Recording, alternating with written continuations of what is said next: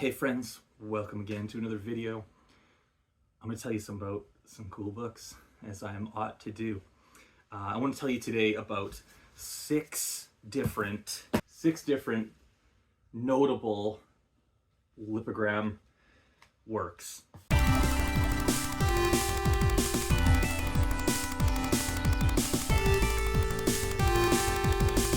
What's a lipogram, you ask? Lipograms are texts that are written without using certain letters. You know, even this sentence I'm saying now, very likely I haven't used X, Q, or Z. This is a lipogram in Q, X, and Z. I haven't used those letters. So words, you know, pretty common for those ones.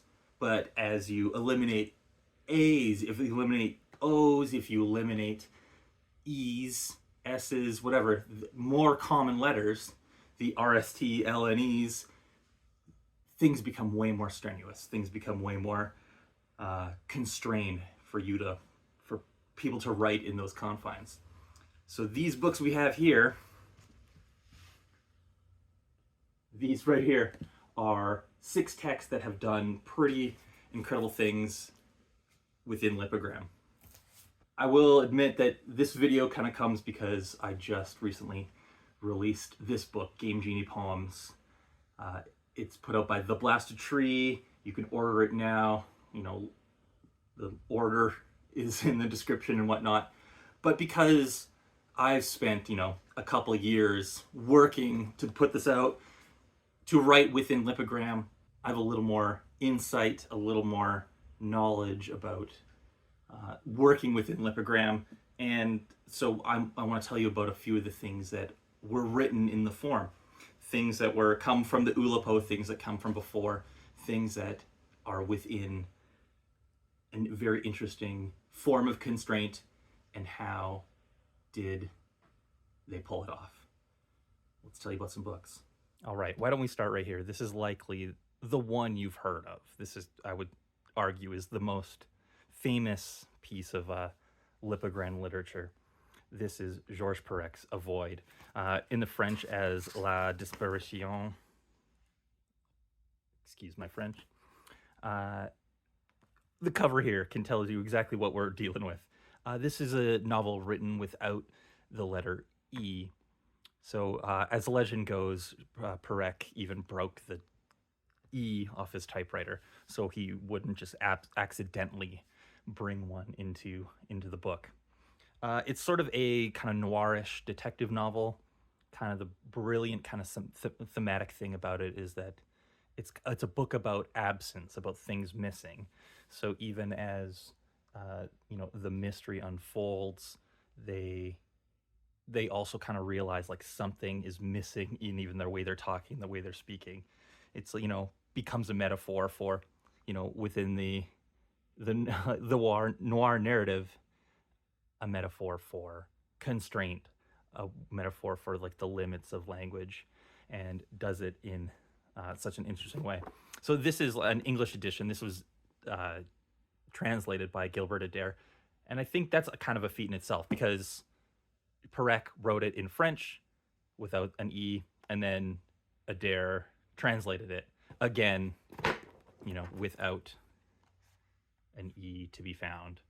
I'll simply paraphrase just from what something Perec has said, but kind of the success of a lipogram is how well it can be read without how well it can be unnoticed is how successful a lipogram text is. I don't know if I'm phrased that properly, but basically, unless it's announced, unless you were not told this was missing the letter E, you may not be aware. And I think that's like what makes this one in particular so successful. This is findable, still in print. Definitely track down this incredible text. At least in English, this is the primary, the first one, the first version. This is Gadsby by Ernest, Vincent, Wright. It's kind of a play on the Great Gatsby. As a text itself, this, you know, kind of mirroring the monstrosity of this book design. This text itself is pretty limited in what it is. He certainly pulls off again. This is a lipogram in E. You see, not a single, if the focus works, not a single bit of a single E to be found here. So, but the whole book, he kind of like is self-congratulating himself. Like, can you believe we did this without the letter E? And I guess that's kind of the argument of what these kind of constraint texts are about, that they are simply gimmicks. In this case, in this first instance, maybe so. The plot of this is basically a kind of do-gooder man in his town just has ideas for modernizing and making his community brighter, and it's very, very Mayberry, very just there's absolutely zero conflict in the book whatsoever. It's just like someone in the town did this and it was charming, and someone in the town did this and it was charming, and isn't this town great, and isn't Gadsby great, and aren't his children charming? And that is effectively the book. So if you're trying to read this on the merits of if it's love is literary merit, I would largely avoid it. But as a precursor to as like a lipogrammic constraint feat, it's successful in that he writes the book and uses the letter E. Unfortunately, it's free of the brilliance of someone like Perec using even lipogram as metaphor is a step beyond what Wright could possibly conjure. But I'm happy to have pulled it out, read it, actually seen it pulled off, and probably avoid unless you want to read all the lipograms you can. But there it is. Let me tell you about the book I just put out. This is Game Genie Poems. I wrote this book entirely within a Game Genie console. So if you're a child of the 80s, if you're of the Nintendo generation, you'll know what this peripheral is. You basically put it in front of a Nintendo game before you put it into your NES, and it would allow you to input code. So this is effectively the screen you would have seen when you put it in. So these are the only letters that are available to us. As you can see here, we're missing things like D's, we're missing H's. We do have the majority of the vowels here, or all the vowels here, so it's not as strenuous, as a lipogram in E, for instance. But because we're missing D's, we have no past tense. Because we have no H, there's no THs and no SHs. So very limited in what we can do. And because I kind of held myself to another constraint. The Game Genie itself, every code is either a 6 or 8 letter letter construction. Every code will be either 8 or 6 letters long. So I held myself to that as well. So every word within the book is a 8 or 6 letter one lipogram in all of this here. You can tell you exactly what the lipogram is. So in this case, this is a lipogram in B, C, D, F, H, J, M, Q, R, W. And so with the book itself, as written in the Game Genie itself, you'll have the two things juxtaposed. You'll have the poem itself with the screenshots exactly as they were written in the peripheral, and then you'll have like a written version of it right beside it, just so you could read it a little easier. There are some Easter eggs. There are some spoilers. Like a lot of lipograms, the themes of limits of language creep into it. But with the letters and words available to me, there's a lot of joy in this book. Enough with being shameless. Buy this book. I don't care. It's I'm very proud of it. Go get one. Here's one you may have come across as well. It had quite a a popular history for some time. I think this book is charming. So basically, the book is about a small town in which the letters off of like the founder of the town. There is like a quick brown fox signage on in the town, and the letters start falling off. And then so as the letters fall off, so too do those letters become outlawed in the town, and their language becomes limited. Effectively, the whole book is a metaphor for totalitarianism, lack of freedom, constraints of thought through constraint of language. It's written quite simply, and I think that's actually one of its benefits. I think if you were a teacher, this would be an awesome book to bring to the classroom. Even though it is literate, it's simple enough, it's thematic enough that these are themes that you could bring to your students.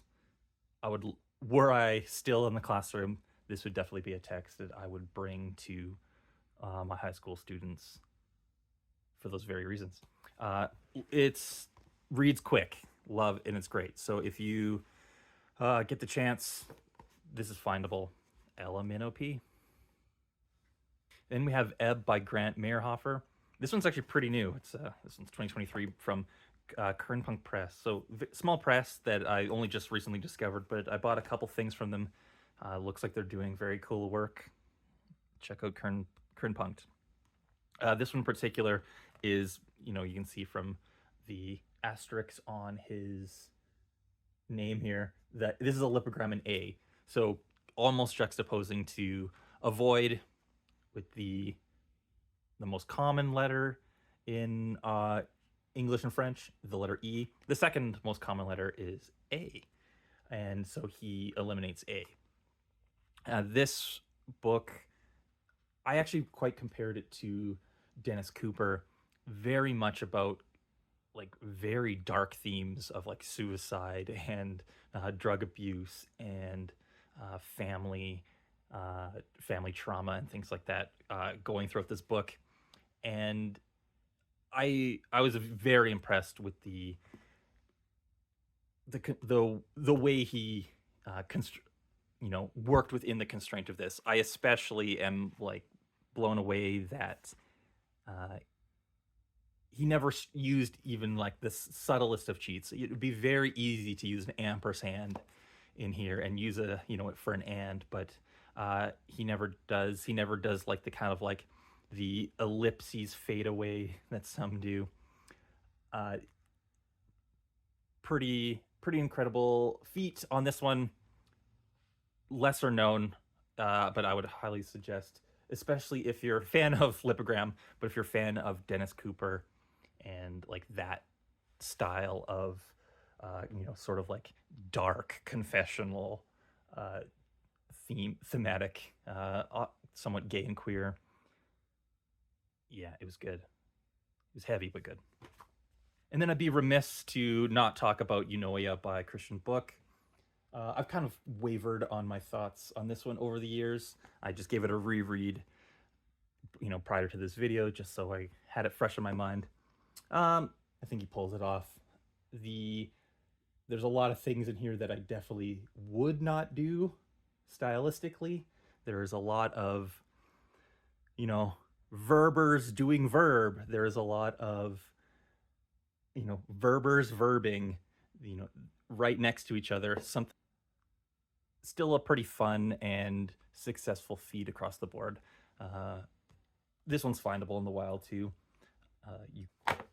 And as a bonus, I actually haven't read this one yet. I just got it, but just if you're interested in this type of lipogram constraint, I tracked down this one just recently. This is the entire book of Genesis, translated by a rabbi without the letter E, which is such a curiosity. Oddly enough, it's all the blurbs are from rabbis and Jewish and biblical scholars, and it's not kind of treated in literary terms. It's very curious, but just so you're aware, just so you have put more information in your brain. Here's another lipogram curiosity. And with that, thanks for watching this book all about lipogram constraint and some of the just things that are very cool out there that you should know about. some experimental works that are worth your time. It makes a lot of sense that the theme of, censorship and like limitations on language arise in these texts quite a lot. It's sort of, maybe it's like an inevitable thing about limitations on writing lead to like discussions of censorship and things like that. As someone who's worked with, within these constraints, within lipogram, I've certainly gained a much broader insight into language, how the limits on language can really affect and really stifle. But think of almost it in like an activistic sense, that you are pushing against the confines when working within a constraint, working within lipogram to push your language, like push your means to their fullest limit. And these texts, beyond the gimmick of constraint and lipogram, do something pretty incredible. And they stretch our knowledge of how human language can function and how it should function and what you can do within it. I think they're pretty incredible. I recommend you to check out any of these. Some are better than other in terms of artistic merit, but some are actually, all of them are incredible feats and worth your time in some manner, and some are works of art in their own right and worth your time, especially as a lover of books and the weird things you can find in literature. The stack is well worth seeking out. Good to see you guys. Have a good one.